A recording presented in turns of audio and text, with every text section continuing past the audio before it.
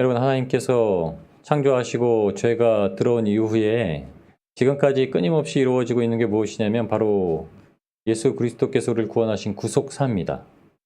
예. 우리 성경을 보실 때는 성경의 창세기로부터 구속사가 시작됩니다. 근데 그 구속사가 끝난 것이 아니라 그 구속의 역사가 종말 때까지 계속 이어지는데 우리의 삶에도 구속사가 이루어지는 겁니다. 이제 내일 모레죠. 예, 금요일부터 저희가 이제 열왕기를 봅니다. 이제 왕의 기록들을 보면서 이런 왕이 있었구나. 야, 이 못된 왕, 이 착한 왕, 이러라고 저희한테 그 성경을 남겨주신 말씀이 아니세요.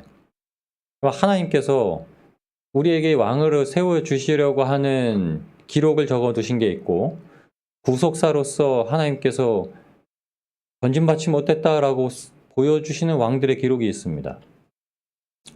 통일왕국에 하나님께서 보여주시는 그 왕권이 저에게 원래 주시는 왕권이에요.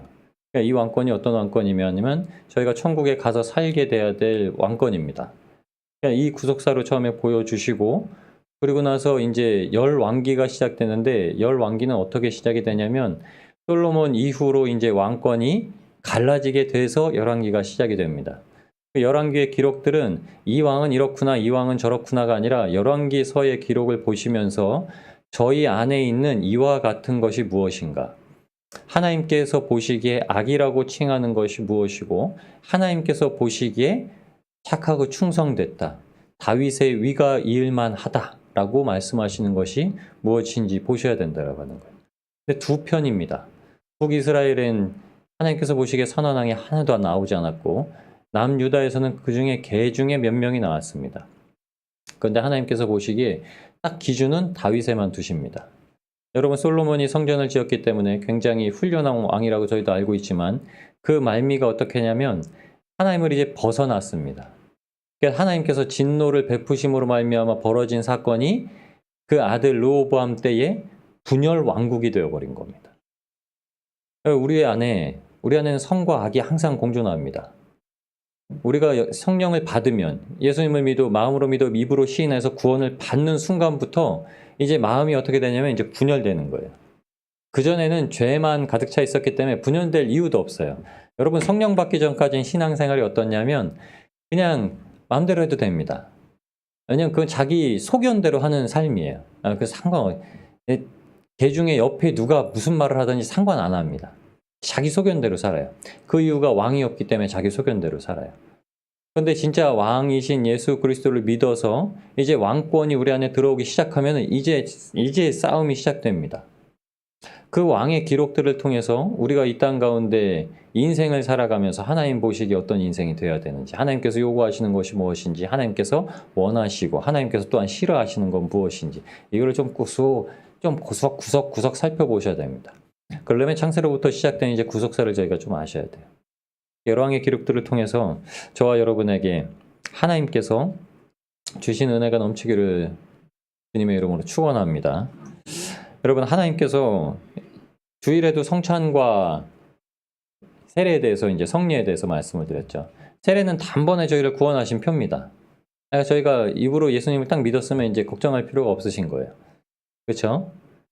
구원 받으셨습니다. 천국 가는 겁니다. 예수님 믿으면 천국 갑니다. 예수님 믿었는데 뭐 다른 무엇을 할 게 있는 게 아닙니다.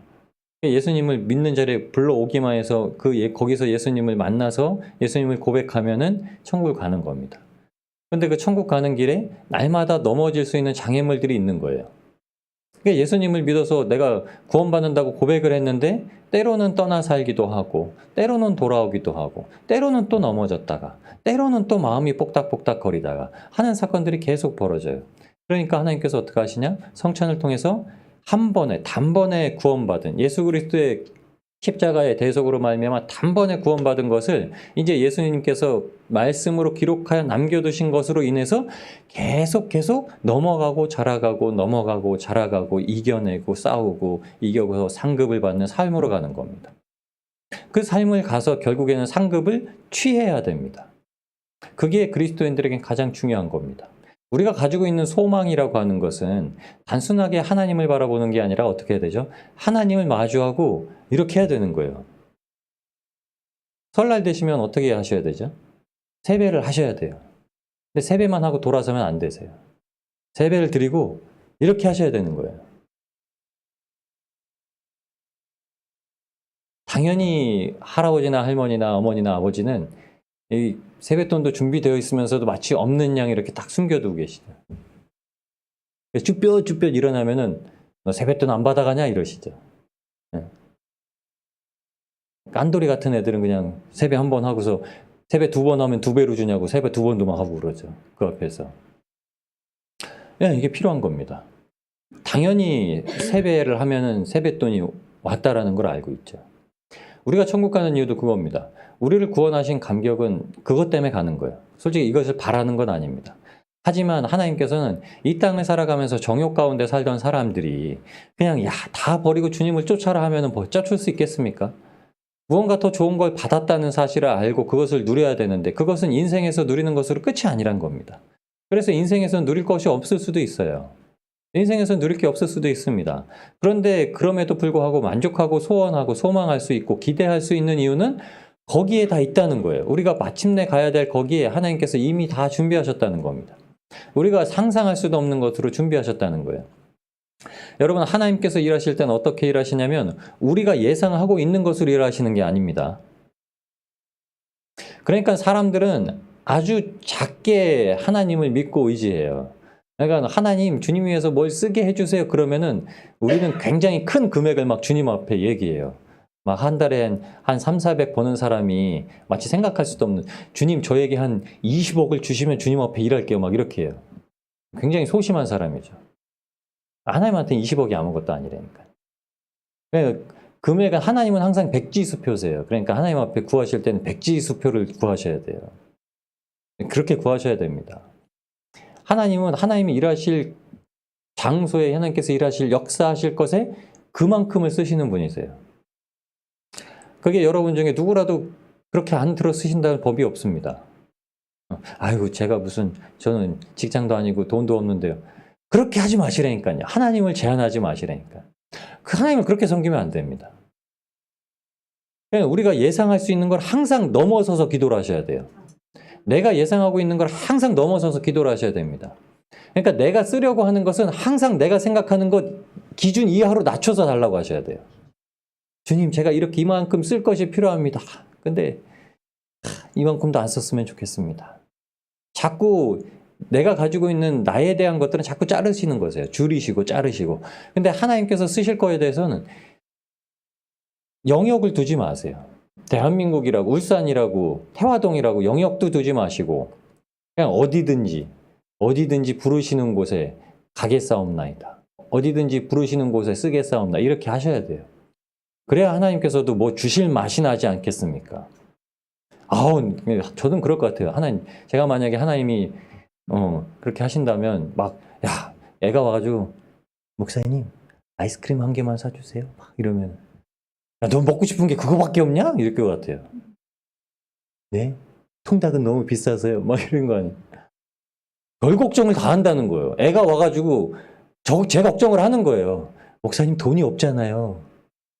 사례비 받아가지고 뭐 얼마나 쓰신다고. 그냥 아이스크림 하나면 돼요. 이렇게 얘기하는 거예요. 그럼 제가 어떡하겠습니까? 자존심이 상하죠. 내가 너한테 통닭을 하는 말이 못 사주겠냐? 이런 거죠. 하나님이 똑같으십니다. 하나님께서 왕들을 세우셨을 때 어떤 모양으로 세우셨냐면 왕을 세우지 않으시려고 했어요.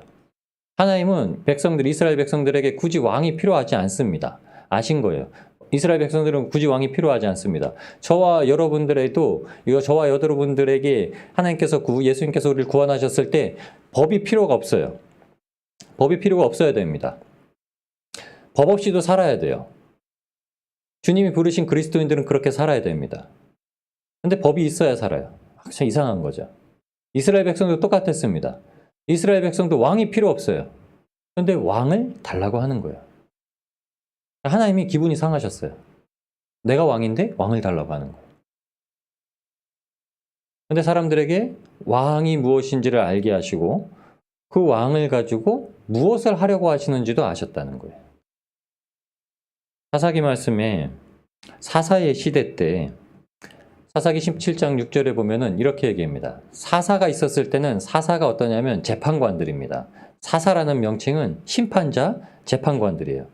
하나님께서 때때마다 이스라엘 백성들이 위기형에 빠져가지고 주여 이제 죽겠습니다 하고 사사를 한번 보내주시면 아 이거 살았네 됐네 이젠 하나님 필요 없네 부르짖을 필요 없네 살아요. 그러다가 사사가 한 3, 40년 살다가 치리하고 통치하다가 죽으면 또 주님 우리가 죽게 되었나이다 그러면 또 한 명씩 보내세요. 이게 사사기예요. 그때는 그 사람들이 어떻게 살았냐면은 이스라엘에 왕이 없으므로 우두머리가 없었다는 거예요. 그러니까 사사를 보내도 사사를 우두머리로 여기지 않았다는 겁니다. 하나님께서 이스라엘 백성들의 왕이시고 우두머리가 되셨어도 하나님을 왕으로 여기지 않고 살았다는 거예요. 그러니까 어떻게 사냐? 자기 소견에 옳은 대로 사는 겁니다. 자기 소견, 눈이란 뜻입니다. 히브리어로 아인이란 뜻인데 내 눈에 보이는 대로 살았다는 거예요. 어떻게 사냐면 대중 없이 사는 겁니다. 7시, 12시, 5시 식사 때를 놓고 먹어야 되는데 그냥 대중 없이 살다가 그냥 퍼질러 자다가 눈 떠가지고 배가 고프네 하면 밥을 먹는 거예요. 밥 먹고 설거지 안 하고 그냥 대충 밀어놓고 게임이나 좀 해볼까? 컴퓨터에 앉는 거예요. 그렇게 사는 거예요. 그냥 내 눈에 그냥 보기 좋은 대로 그냥 즉흥적으로 막 살았던 겁니다. 말도 안 되는 겁니다. 사사기 때는 이렇게 살면 안 될 거예요.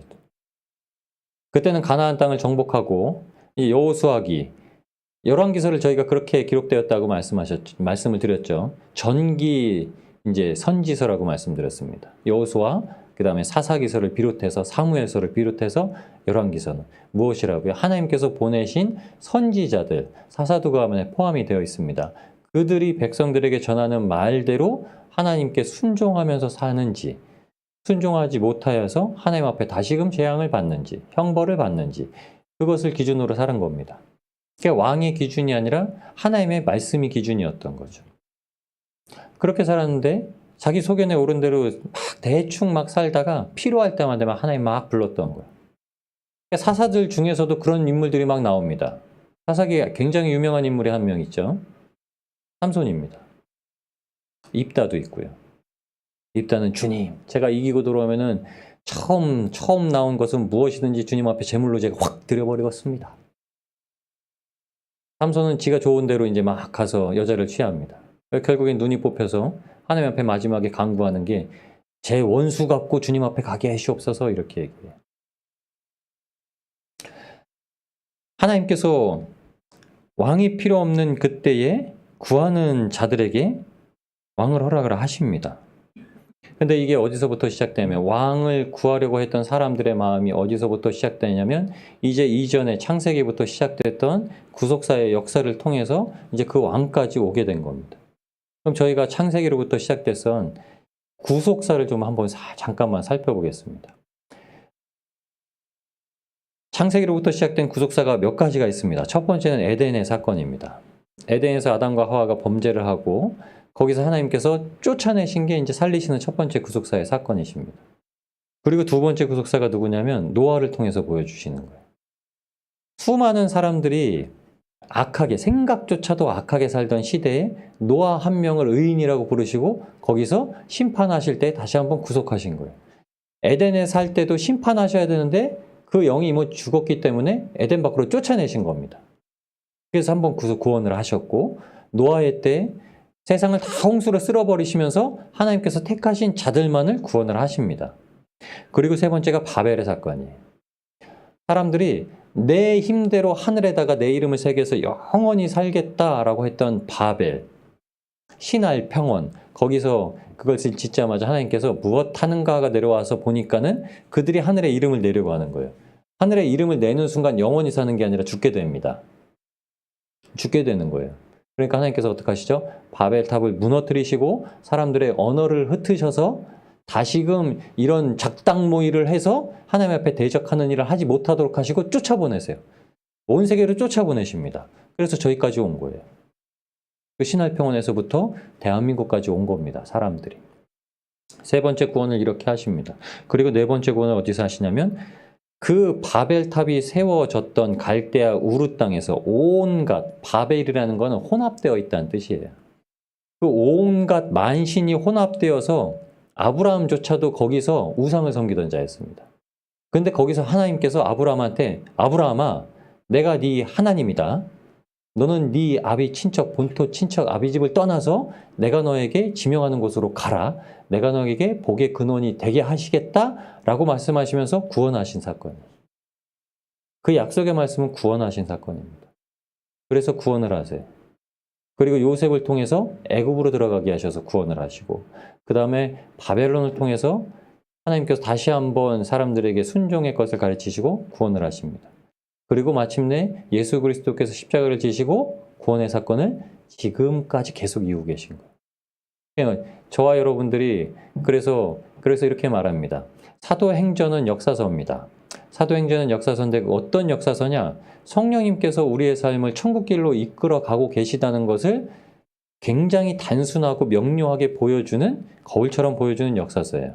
그러니까 성령님께 순종하여서 성령님께서 우리를 깨닫게 하시는 말씀대로 하나님 앞에 순종하여 살면 천국 가는 길은 수월타라는 거예요. 사도행전 안에 기록되어 있는 모든 고난 때문에 사는 게 쉽지 않다라고 하는 게 아니라 그게 아무것도 아니다라고 기록하고 있는 게 사도행전입니다. 그러니까 굉장히 수월타. 신앙생활하는 건 하나님 앞에만 맡겨드리면 수월타. 내 인생의 왕을 내가 스스로 왕이 되어서 사는 게 아니라 하나님 앞에 온전히 맡겨드리고 하나님을 내 인생의 왕으로, 내 천국 가는 인생의 왕으로 모셔드리면 수월타 하는 것이 사도행전의 기록이에요. 그리고 그 사도행전의 기록은 여러분 지금까지도 계속되는 겁니다. 저와 여러분의 삶까지도 거기에 덧붙여져 있는 기록이에요. 다만 성경처럼 묶여있지 않을 뿐이지 하나님께서 기록하시는 모든 행위책과 여러분 그 말씀 가운데 순종하며 사는 자들은 생명책에도 기록이 되어서 구원을 받는 겁니다. 이게 구속사예요. 아주 짧게 말하는 구속사입니다.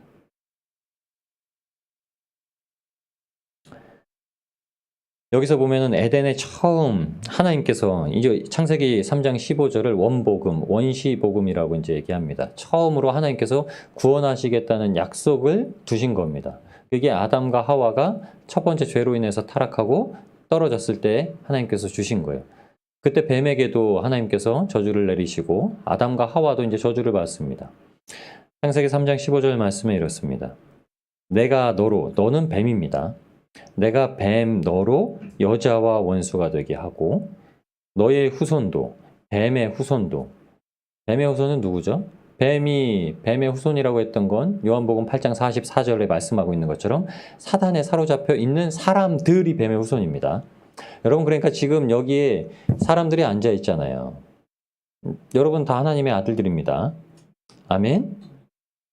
하나님의 후손들이세요. 차마 입이 안 떨어지시는 분들 계실 거예요. 그래서 아멘을 하셔야 성령님을 받는 겁니다. 하나님의 아들들인데 말씀대로 살지 않고 말씀을 받지 않으려고 하는 사람들은 누구냐면 뱀의 후손이라고 합니다. 너희 아비, 마귀에게 이렇게 얘기합니다. 처음부터 살인한 자요, 거짓말하는 자, 속이는 자. 그러니까 신앙생활을 어떻게 하냐? 영을 싹 가리고서 속이면서 신앙생활해요. 내 마음속에 있는 모든 생각은 안 보이니까 이건 다른 사람이 볼 수가 없는 거니까 그렇게 속이고 생활을 합니다. 그 후손과도 원수가 되게 한다는 거예요. 이 부분을 잘 영적으로 생각해 보셔야 됩니다. 여자의 후손과도 뱀의 후손은 원수가 되게 하신다는 거예요. 그러니까 교회 안에서도 잘 보셔야 됩니다. 교회 안에서 분란과 다툼과 업다운의 사이클이 이루어지는 게 왜 이루어지는가 하는 거예요. 그냥 이거 의견 충돌 때문에 이루어지는 게 아닙니다. 잘 생각하셔야 됩니다. 의견 충돌 때문에 이루어지는 게 아니라 뱀의 후손과 여자의 후손이 어떻게 된다? 대립하고 있다는 겁니다. 이거는 첫 번째로는 예수 그리스도, 여자의 후손은 예수 그리스도께서 오신 거예요. 그리고 뱀의 후손은 마침내 십자가에서 예수님께서 결박하시게 될 사탄에 대해서 직접적으로 명기하고 계신 겁니다. 그럼에도 불구하고 구속사적으로 우리한테 주시는 메시지는 뭐냐? 구원받은 자들은 어떻게 되냐? 그 대립 안에서 끝까지 이겨야 된다는 거예요. 그럼 여러분 교회 안에서 어떻게 해야 이기시는 겁니까? 남을 나보다 낫게 여기면 이기는 겁니다. 끝나는 거예요.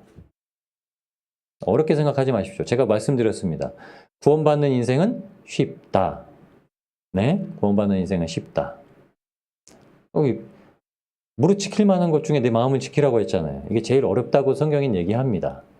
근데 이건 내가 지키는 게 아니에요. 여러분 우리는 공로가 하나도 없습니다. 구원받았을 때 이미 우리 공로가 아무것도 없다고 하신 거예요. 그럼 이 마음을 누구한테 맡겨드리냐? 주님 앞에 맡겨드립니다. 원복음에 이렇게 얘기합니다. 여러분 근데 이게 이렇게 어렵다는 거예요. 여자의 후손은 내 머리를 상하게 할 것이요 너는 그의 발꿈치를 상하게 할 것이니라. 이건 예수님께서 십자가에 박히신 걸 말씀하시고, 여러분 그러면 구원받은 구속사 안에 들어가 있는 구원받은 자들, 택자들에게도 이 상처와 흔적이 남는, 내가 그리스도의 흔적을 몸에 지녔다라고 사도 바울이 얘기합니다. 그게 뭐죠? 상책이 났다는 게 아니에요. 채찍 맞았다는 뜻이 아닙니다. 내가 견딜 수 없는, 내가 이렇게 견디면은 아주 쪽팔리기도 하고, 내가 이렇게 견디면은 못 살 것 같기도 하고, 아주 분에 차오르고 막 이런데도 그것을 이를 악물고 견뎠다는 거예요. 사도 바울이요. 사도 바울이 지닌 흔적은 무엇이냐면 하나님의 말씀대로 내가 못 지킬 것 같은데도 끝까지 이를 악물고 지켰다는 거예요. 그게 흔적입니다. 흔적. 예수님처럼 행한 것, 예수님과 동일한 모습을 갖춘 것, 이것을 흔적이라고 지녔다고 하는 거예요. 이 복음을 가지고 주님께서 말씀하셨을 때 창세기 3장 15절에 쓰여 있는 말씀 이렇게 분명히 얘기합니다. 내가 너로 여자와 원수. 여러분 원수를 성경에서 무엇이라고 기록했는지 아시죠? 마태복음 5장 43절 44절 말씀입니다.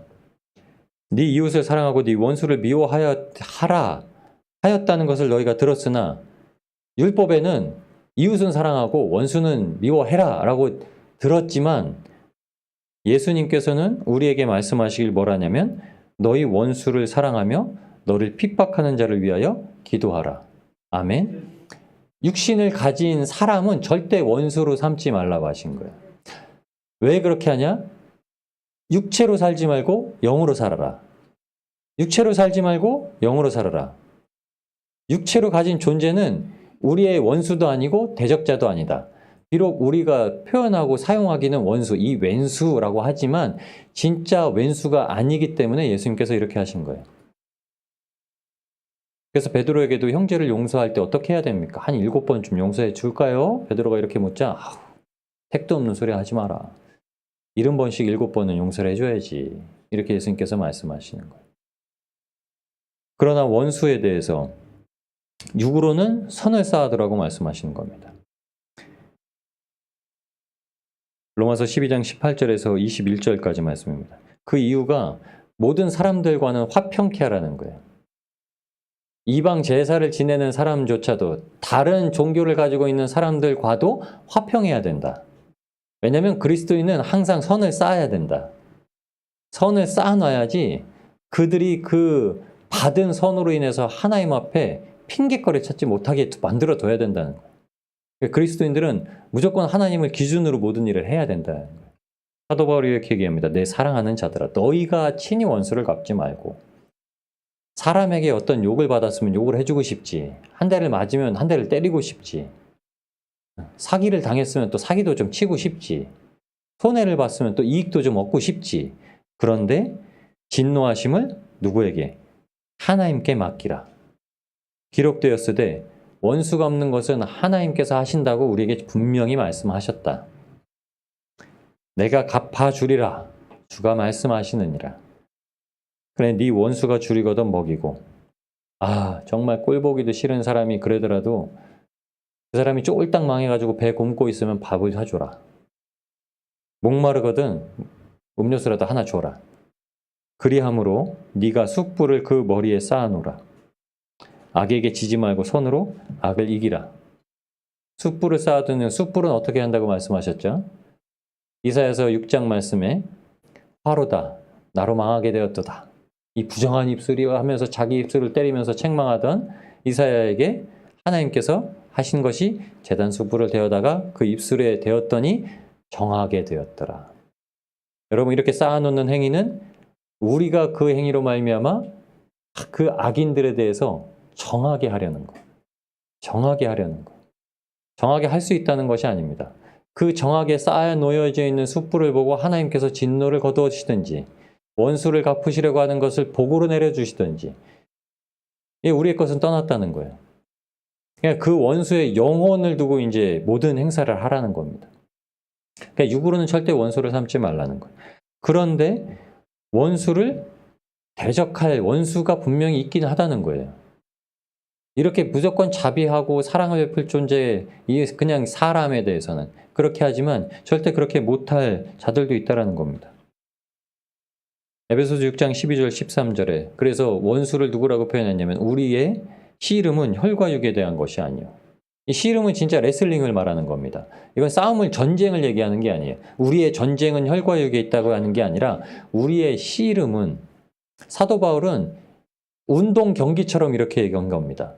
왜냐하면 이 혈과 육이 아닌 공중 권세 잡은 자와의 싸움은, 씨름은 반드시 그 끝의 결과가 하나님의 상급으로 주어지기 때문에 이것을 잘 대적하고 견디고 넘어가고 이기면은 상급이 주어진다고 말씀하시는 겁니다. 우리의 씨름은 혈과 육에 대한 것이 아니요 정사와 권세와 이 어둠의 세상 주관자들과 하늘에 있는 악의 영들에게 대함이라. 아멘. 정사와 권세, 어둠의 세상 주관자들, 하늘에 있는 악의 영들에게. 사도 바울이 로마서 12장에도 기록하였고 에베소서 6장에도 똑같이 사도 바울이 다 서신의 이제 기록자입니다. 그럼 사도 바울은 아는 거예요. 사도 바울은 싸워야 될 대상은 유일하게 그냥 악한 영이다. 사도 바울이 그 모진 전도와 선교의 길을 떠나면서 사람들과 얼마나 많이 부딪혔겠습니까? 특별히 유대인들은 사도 바울을 잡아 죽이려고 끊임없이 몇십 년 동안 노력을 했습니다. 근데 사도 바울이 그 사람들을 끊임없이 마주하면서 사람들을 두려워한 게 아니라 이 원수는 하나님께서 갚아주시리. 그러니까 저들이 문제가 아니다. 저들 뒤에서 저들을 조종하고 있는 사탄이 문제다. 사탄만 결박해버리면 저들은 하나님 앞에 노임받는 자들이다. 이렇게 알고 있었던 거예요. 이게 구속사입니다. 여러분, 전도의 목적이 뭔지 아세요? 하나님께서 이루시는 구속사의 일을 저와 여러분을 통해서 이루시려고 하시는 겁니다. 그게 하나님께서 이루시려고 하시는 일이죠. 지금도 진행되고 있는 일이에요. 단순히 우리가 알고 있는 사람들에 대해서 구원하시려는 그 이야기뿐만이 아니라 여전히 이 악과 씨름하고 있는 우리를 온전하게 붙드셔서 구원하시려고 하는 나의 구속사이고 나를 통해 이루실 구속사를 하나님께서 지금 쓰고 계신 거예요.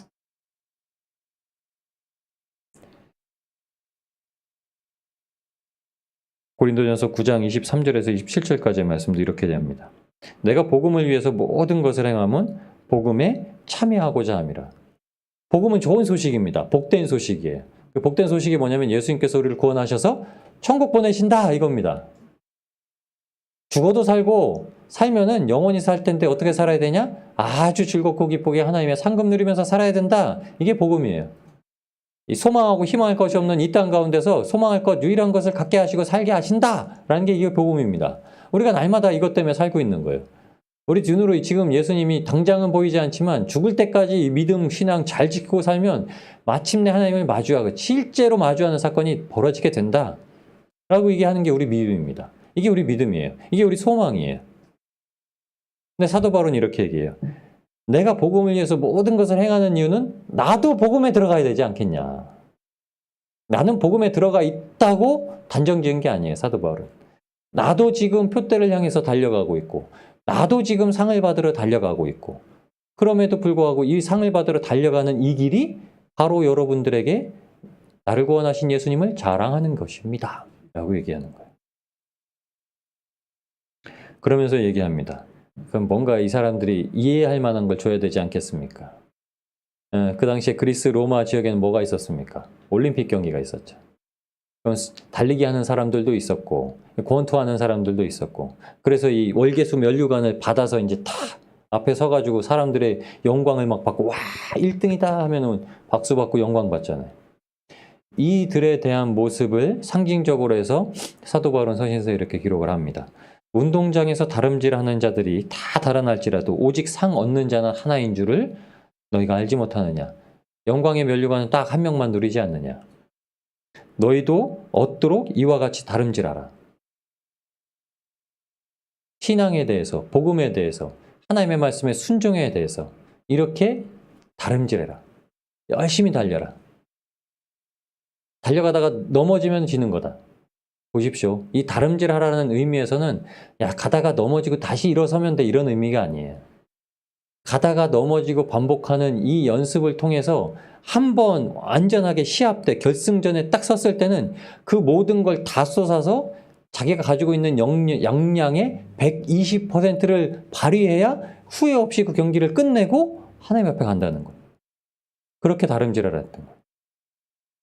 이기기를 다투는 자마다 모든 일에 절제하나니.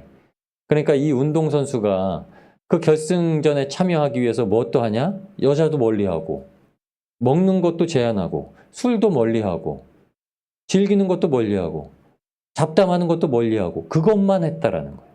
그것만 했다. 우리는 썩지 아니할 것을 얻고자 하는데 그럼 어떻게 더 해야 되냐? 그러므로 내가 다름질하기를 상방 없는 것 같지 아니하고 막 하다가 오 너무 자기 내가 관심 갖던 게 보여요. 달리가다 멈추고 그거 보고 있는 거예요. 이럴 수 없는 거죠. 방향 없이 달리는 것 같지 아니하고 싸우기를 허공을 치는 것 같지 아니하여 내가 내 몸을 쳐 복종하게 함은 내가 남에게 전파한 후에 자기도 도리어 버림이 될까 두려워함이로라. 아멘. 신앙생활을 그렇게 해야 한다는 거예요. 무엇이냐? 오늘 우리에게 사람들이 왕을 구하려고 했던 하나님 앞에 이게 뭐라고 하냐면 우리의 악에 죄를 더 쌓아놓은 것이라고 얘기해요. 지금까지도 죄를 가지고 살았는데 마침내 가장 큰 죄악을 주님 앞에 범한 겁니다. 주님께서 이제 우리의 왕이 아니시니 육체의 왕을 주세요. 그리고 그 진짜 육체의 왕을 받게 됩니다. 로마서 6장에 말씀하고 있는 거예요. 죄가 사망이 왕 노릇한 거예요. 사망이 왕 노릇하는 겁니다. 어떻게 가든지 죽을 수밖에 없도록 그렇게 살게 만듭니다. 그나마 살 수 있게 만드는 게 성령님께서 우리 가운데 오셔서 그것을 싸우게 하는 거예요.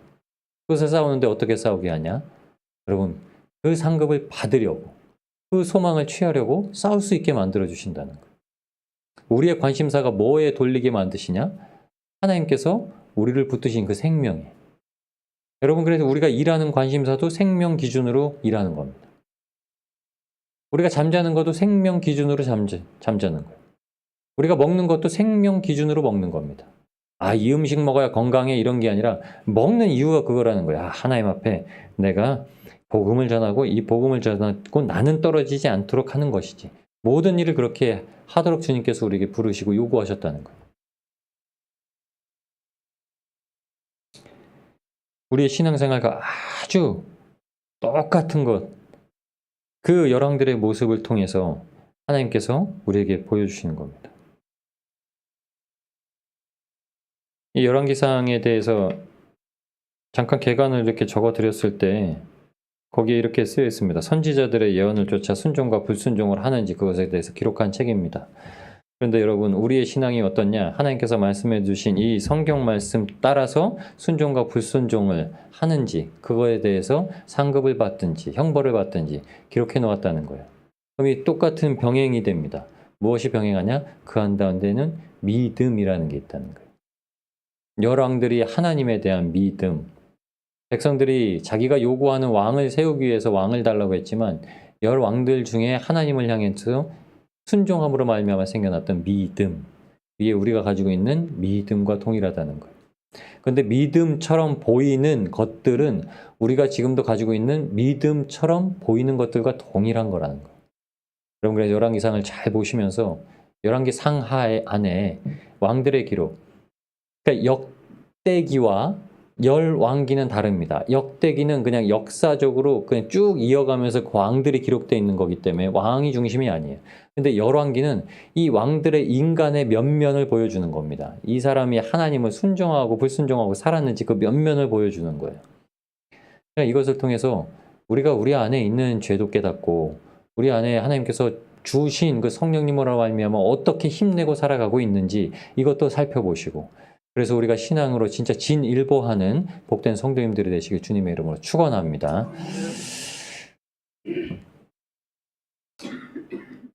에덴에서 원시복음을 주신 이후에 이제 첫 번째로 하나님께서 허락하셨던 아들이 아벨입니다. 가인이 아니에요. 가인은 못된 놈이죠.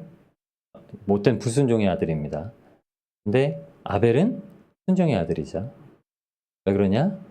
히브리서 11장 믿음장에 보면 아벨은 믿음으로 하나님 앞에 제사를 드렸고, 믿음으로 더 나은 제사를 드렸고, 가인은 믿음으로 제사를 안 드렸고, 가인은 믿음은 그냥 점심 먹으러 교회 왔고, 아벨은 예배 드리러 교회 왔고, 그렇게 왔다는 거예요. 그리고 아벨 대신 주신 자녀가 셋입니다. 근데 이렇게 얘기해요. 성경은 아담이 하와와 아내와 동침함에, 동침함은 야다라는 뜻입니다. 야다라는 건 히브리어로 알다라는 뜻이에요. 근데 어떻게 아는 거냐면 이게 만나서 계속 만나면서 서로에 대해서 아는 거예요. 그러니까 친밀한 관계입니다. 친밀성을 띠고 있는 관계예요. 그러니까 이제 아담이 돕는 배필로 하와를 줬는데 하와가 이제 막 죽을 거 줘가지고 먹고 딱 이제 죽게 됐잖아요. 그러면 이제 어떻게 하겠어요? 아담이 너 때문에 내가 죽게 됐잖아. 이렇게 이제 부부싸움이 시작되는 겁니다. 아담은 아담대로 하와한테 막 그러고 이제 하와는 야 너는 그것도 네가 관리 못하냐? 내가 줬어도 네가 안 먹었어야지 막 이렇게 된 거예요. 둘이 나이가 똑같으니까요. 동갑이잖아요. 한 살이잖아요, 둘 다. 그렇죠? 둘 다 한 살이고 둘 다 배꼽도 없고, 그렇죠? 태어나 하나님께서 만드셨으니까 아무것도 없는 거. 둘이 막 싸우는데 그때 처음 이제 동침해서 낳았는데 그게 가인이라고 하는 거예요.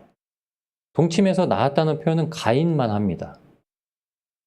근데 서로 그때 서로 알았다는 이 야다의 의미는 제가 보기엔 두 번 야다의 의미, 그러니까 알다라는 의미, 이것으로 이제 동침했다라는 뜻을 표현을 하는데 첫 번째 동침은 둘이 서로 육체적으로만 알았다는 뜻이라고 제가 봅니다. 왜냐하면 그렇게 낳은 게 가인이에요. 육체적으로 낳았기 때문에 가인을 낳은 거예요. 제가 말씀드렸죠. 가인의 뜻은 내 거다. 이 아들내미는 내 거야 라는 뜻입니다. 그리고 나서 아벨도 낳았다 이렇게 기록되어 있어요. 아벨은 둘 사이에 정욕의 생각을 가지고 낳은 게 아니라 하나님이 아벨을 선물로 주신 거예요. 그러니까 정욕을 가지고 있었어도 아벨은 그 정욕과 상관없이 하나님 앞에 믿음으로 제사 드릴 자로 낳은 겁니다. 근데 아벨이 낳자마자 죽어요. 낳자마자 죽은 건 아니고 좀 자라서 이제 예배를 드릴 때가 되었는데 죽습니다. 가인이 굉장히 무자비하게 죽이죠. 형이 그렇게 무자비하게 죽입니다. 그 당시에는 그렇게 무자비하게 죽이는 게 뭔지도 몰랐을 때인데 첫 번째로 그렇게 행동을 한 겁니다. 그리고 나서 창세기 4장 25절에 이제 하나님께서 아벨 대신에 다시금 구원의 역사를 계보를 이으시기 위해서 주신 아들이 있는데 셋입니다. 셋. 아벨의 이름, 가인의 이름은 내 아들이다 이렇게 하지만 아벨의 이름은 여러분 헛되다라는 뜻이에요. 아벨의 이름은 헛되다예요. 가인을 봤더니 몇 살 차이는 모르지만 가인이 어렸으면은 야, 이 아들이 내 거다. 커가면서 말 안 들을 거 보면서 인생이 헛되다 이렇게 표현하시는 분도 있어요. 그러니까 깨달아서 이제 아벨을 낳았다는 거예요. 근데 제가 보기에는 하나님께서 그 인생이 헛될 것이다라고 그 아들을 주셨다고 생각을 해요. 왜냐하면 아담과 하와는 그걸 아직 깨달을 만한 존재가 되질 않습니다. 가인이 장성해서 이제 동생 아벨을 죽이고 나서야 깨닫게 될 겁니다. 안 되는구나. 내가 이렇게 가르치려고 해도 안 되는구나. 하나님께서 우리를 구원하시는 방편을 얻으려고 해도 안 되는구나. 그리고 나서 아벨이 죽고 나서 이제 하나님께서 아벨 대신에 아담의 형상을 닮은 셋째 아들을 주시는데 그게 바로 셋입니다. 쉐트라는 이름을 가지고 있는데 이제 놓아버리다, 이제 정리하다라는 뜻이에요. 근데 거기 성경은 이렇게 되어 있습니다. 아담이 다시 그 아내와 동침하며. 다시라는 말은 재차 이런 뜻이기도 하지만 그 기록된 말씀의 원뜻을 찾다 보면 새롭게 이제 부부가 알아서 서로가 죄를 짓고 이제 정욕의 관계만 있던 부부가 하나님 앞에 제사를 짓고 그 제사를 신실하게 드리던 자가 죄 때문에 죽는 사건을 보고 하나님 앞에 이제 다시금 모든 걸 정리해야 된다. 새롭게 우리가 마음을 갖고 당신은 나의 돕는 배필이요. 당신은 내 지아비요 라는 관계를 다시 정리해서 낳은 아들이 셋입니다. 그리고 이 셋을 통해서 구원의 계보가 이제 쭉 이어지는 겁니다. 예수 그리스도께까지. 그리고 예수 그리스도께서 우리를 낳으셨. 하나님께서 우리를 낳으셨다라고 했거든요. 하나님께서 저와 여러분을 친히 낳으신 겁니다. 그렇게까지 계보가 이어지는 겁니다. 아담도 에덴의 왕입니다. 왕이 있기 전에 아담 때부터 하나님께서 대리 통치자로 지어주신 거예요. 왕이라는 이름을 굳이 쓰진 않으셨지만 하나님께서 통치하시다 이 말 오늘 아침에 저희가 보셨죠. 멜레크라는 말의 왕입니다. 왕. 하나님께서 왕이시다. 하나님께서 그 대리 통치자, 너는 세상을 다스려라, 이 말을 아담한테 주신 거예요. 너는 통치자다, 너는 왕이다 라고 주신 거예요. 이게 하나님이 세우신 자마다, 하나님 앞에 신실하게 예배드리는 자마다 하나님께서는 왕이라고 세우신 겁니다. 그 왕을 본받고 사람들이 쫓아가면 되는 거예요. 근데 자기 정욕을 가지고 있는 사람들은 그 왕을 죽이려고 하는 거예요. 다 죽여버리는 거예요. 아벨이 태어나서 하나님 앞에 신실하게 예배드리려고 했더니 그 예배를 그냥 죽여버리려고 하는 거예요. 여러분, 이 땅 가운데 살면 어떡하겠습니까? 저희가 예배 생활하고 믿음 생활하고 세상 가운데서 믿는 자처럼 살아가려고 할 때 뱀의 후손이 뭘 하려고 하겠어요? 죽여버리려고 하는 거예요. 죽여버리려고 하는 겁니다. 죽으면 죽으려 나가면 절대 안 죽습니다. 성경이 약속하고 하나님께서 약속하시는 거예요. 죽으면 죽으려 하고 나가면 절대 안 죽는다고. 에스더도 안 죽었고요. 다니엘과 세 친구도 안 죽었고요. 사도 바울도 안 죽었고요. 개 중에 하나님께서 원하셔서 먼저 순교의 자리로 들어간 자들이 있지만 그 자들은 복된 자들입니다. 요한계시록에 순교자의 피라고 기록되어 있습니다. 복된 자라고 기록된 거예요. 그러니까 육신으로 죽는 게 두렵지 않은 겁니다.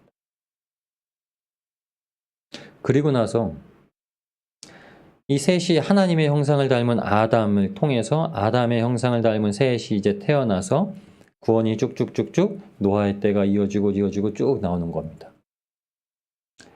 그리고 결국에는 열왕기까지 옵니다. 이 부분 우리가 보신 거니까요. 아담이 다시 하와와 동침함에 이게 야다라는 뜻입니다. 글자를 좀 알려드릴까요? 야다, 알다라는 뜻입니다. 알다. 잘 아셔야 돼요. 성령님을 통해서 저희가 교통을 하고, 우리 성령의 교통하심이라고 하죠. 그리고 예수 그리스도와 연합을 해야 되거든요. 그래서 요한복음 17장 3절 말씀을 나눠드렸죠. 영생은 무엇이냐? 유일하신 참 하나님과 그의 보내신 자 예수 그리스도를 아는 것. 알다라는 말씀은 아주 친밀하게, 그러니까 성령님의 교통하심을 통해서 예수님의 그 사랑과 예수님의 계획과 예수님의 섬기심과 예수님의 십자가 지심과 예수님께서 우리를 보호하신 것과 예수님께서 친히 지금도 싸우고 계시다는 사실을 아는 것, 알아야 어떻게 하냐? 이긴다는 거예요.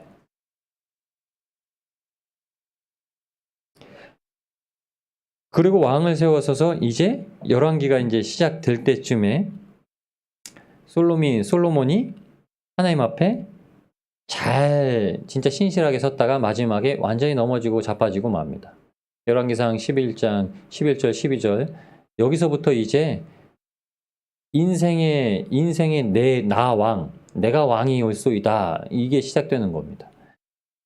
여호와께서 솔로몬에게 말씀하시되 솔로몬이 이제 모든 산당에서 그 처첩 비빈들이 섬기던 그 신들로 말미암아 그 신당들을 다 세워줘요. 거기 그리고 그 자기 첩들 쫓아가 가지고 이 신당에 가서도 절하고 저 신당에 가서도 절하고 말년에 이렇게 살아갑니다. 하나님께서 그것을 보시고 이제 너에게 주었던 복은 끝, 이라고 말씀하세요. 너에게 네가 나와 이제 계약했던 계약서는 파기됐어. 계약 파기 조건에 아주 부합하게 네가 행동을 했기 때문에 이제 하나님과 너 구원받아야 될 백성에 대해서 계약은 이제 파기되었다라고 하시면서 주시는 말씀입니다. 그런데 내가 네 아버지를 봐서 내가 네 대에는 이렇게 안 한다라고 하나님께서 말씀하시는 거예요. 네가 나의 언약과 내가 네게 명한 법도를 지키지 아니하였으니 내가 결단코 이 나라를 네게서 빼앗아 네 신복에게 주리라. 그러나 네 아비 다윗을 위하여 네 시대에는 이 일을 행치 아니하고 내 아들의 손에서 빼앗으려니와. 아멘. 여러분 어제 5장에서 8장까지 말씀을 보실 때 5장 11절 12절 말씀에 성전을 지을 때 어떻게 지어야 됩니까? 이렇게 하나님께서 말씀하십니다. 내 율법을 잘 지키면서 지어, 이렇게 얘기하세요. 성전에 대한 식양은 그 당시에 그 지에 있던 건축자들이 성막을 기준으로 해서 짓게 됩니다. 근데 성막을 지을 때는 하나님께서 성막을 지어야 되는 그 모든 식양, 설계도를 다 보여주셨어요. 근데 성전을 지을 때는 어떻게 합니까? 했더니 솔로몬에게 하신 말씀이에요. 너는 내 율법을 지키고 성막을 지어. 아니, 성전을 지어. 성전 짓는 건 하나님의 율법 지키는 거예요. 그런데 그것을 네가 이제 파기했다는 거예요. 그래서 이게 뭐 오늘 열왕기상 11장 11절 11절 말씀이 12절 말씀이 무슨 뜻이냐면 이제 성전의 역할이 끝났어예요. 그리고 이후에 나누어지게 되는 10왕들이 그럼 섬기는 성전은 뭔가요? 거기에는 성전의 기능이 온전치 않게 되었다는 겁니다. 성전이 중요한 이유는 여러분 성전 안에서 하나님의 구원, 하나님의 죄사함이 그때만 해도 다 이루어졌습니다. 예수님께서는 이 성전을 무엇이라면 예수님 본인, 예수님께서 십자가에서 죽고서 부활하실 그 본인의 육체를 성전이라고 지칭하셨습니다. 그리고 또한 사도 바울은 고린도전서 3장에 예수님을 모시고 있는, 말씀을 마음에 담고 성령님을 받아서 살고 있는 우리를 성전이라고 말씀하시고, 이게 우리를 구원하시는 메시지입니다. 그럼 왕같은 제사장이라는 말씀하셨죠. 왕같은 제사장이라면 당연히 피동적인 왕을 얘기하는 겁니다. 내가 내 스스로가 왕이 되어서 사는 인생이 아니라 하나님, 우리의 진짜 왕 대신 그리스도, 구주, 주 예수 그리스도를 모시고 살아가는 자들에 대해서 왕 같은 제사장. 왕 같은 제사장인 제사장이 주라는 뜻입니다. 제사장의 이제 역할을 감당해야 되는데 그게 왕 같아야 된다는 거예요. 하나님께서 세우셨던 약속을 붙들고 있는 그 구속사의 계보로 이어지는. 그러니까 이 말씀 가운데는 우리를 끝까지 인도하셔서 구원하신다는 메시지 자체가 안에 들어있는 겁니다. 그래서 뭐라고 말씀하시죠? 우리를 구원하신 그 분의 아름다운 덕을 선전케 하려 하십니다. 아름다운 이의 덕을 선전케 하십니다. 예수 그리스도께서 이를 어떻게 행하셨는지, 우리를 어떻게 구원하셨는지, 우리를 어떻게 부르셨는지, 우리에게 아무것도 소용이 없다 하시고 오직 하나님께서만이 모든 공로를 다 취하시고 그 모든 일을 다 하셨고 주님께서 그것을 다 맡아서 받아들이시고 행하셔서 우리를 구원하셨다 하는 거예요. 더 많은데 말씀을 맺겠습니다. 여러분, 하나님의 시선대로 생명이 흘러넘치게 되어 있습니다. 여러분, 사람이 자기 소견에 오른 대로 살았다 하는데 요한일서 2장 16절엔 그렇게 얘기합니다. 육체의 정욕, 육신의 정욕, 안목의 정욕, 이생의 자랑. 지금도 그렇게 살고 있다는 거예요. 요한일서에 성경에 기록된 말씀은 불신자들에게 주신 말씀이 아닙니다. 내가 신앙생활하고 있습니다. 내가 믿고 있습니다. 라고 말하는 사람들에게 주신 말씀. 그런데도 여전히 육신의 정욕을 가지고 있고 안목의 정욕을 갖고 이생의 자랑을 가지고 있는데 그것을 나만 캐치를 못하는 거예요. 때로는 영적으로 민감한 분들도 캐치를 하고 성령님도 캐치를 하고 하나님도 알고 계시는데 나만 내 소견에 옳은 대로 살아가고 있는지 나만 모르는 거예요. 왜 그러냐? 내가 나를 왕으로 삼고 있기 때문입니다. 우리에게 왕을 주셔서 우리에게도 이방 민족과 같이 왕을 주세요. 그래야 우리가 강해집니다. 라고 스스로 생각하고 나를 왕으로 삼고 살고 있기 때문입니다. 전능하신 하나님께서 우리에게 친히 왕으로 오셨습니다. 만 왕의 왕이시고 만 주의 주인이시라고 말씀하셨습니다. 우리가 주님을 받아들이고 모시고 인정하고 내가 왕된 것은 다 내려놓고 내 것은 다 부인하고 자기를 부인하고 주님께서 맡겨주신 십자가를 지고 나아가면 주님께서 일하십니다. 주님께서 진짜 너 왕이야. 네가 왕으로서 행해야 될 것을 두고 일하게 하십니다. 그렇게 우리를 구원하고 계십니다. 세상 가운데 저와 여러분은 반드시 그 왕 같은 자가 되어야 됩니다. 하나님의 말씀하신 대로 하나님께서 통치하게 하시는 대로 다시금 회복되어서 섬기는 자. 그래서 오로지 우리의 행실로 말미암아 우리의 진짜 왕 대신 하나님의 영광을 모두 돌려드릴 수 있는, 우리는 아무것도 아닙니다. 우린 무익한 종입니다. 모든 걸 했어도 무익한 종입니다라고 고백할 수 있는, 그러면 하나님 앞에 준비되어진 상급을 받아 누리게 됩니다. 우리 주님의 이름 한번 부르시고 기도하실 때 약속되어 있는 겁니다. 준비되어 있는 겁니다. 주님께서 이미 다 준비하시고 부르셨습니다.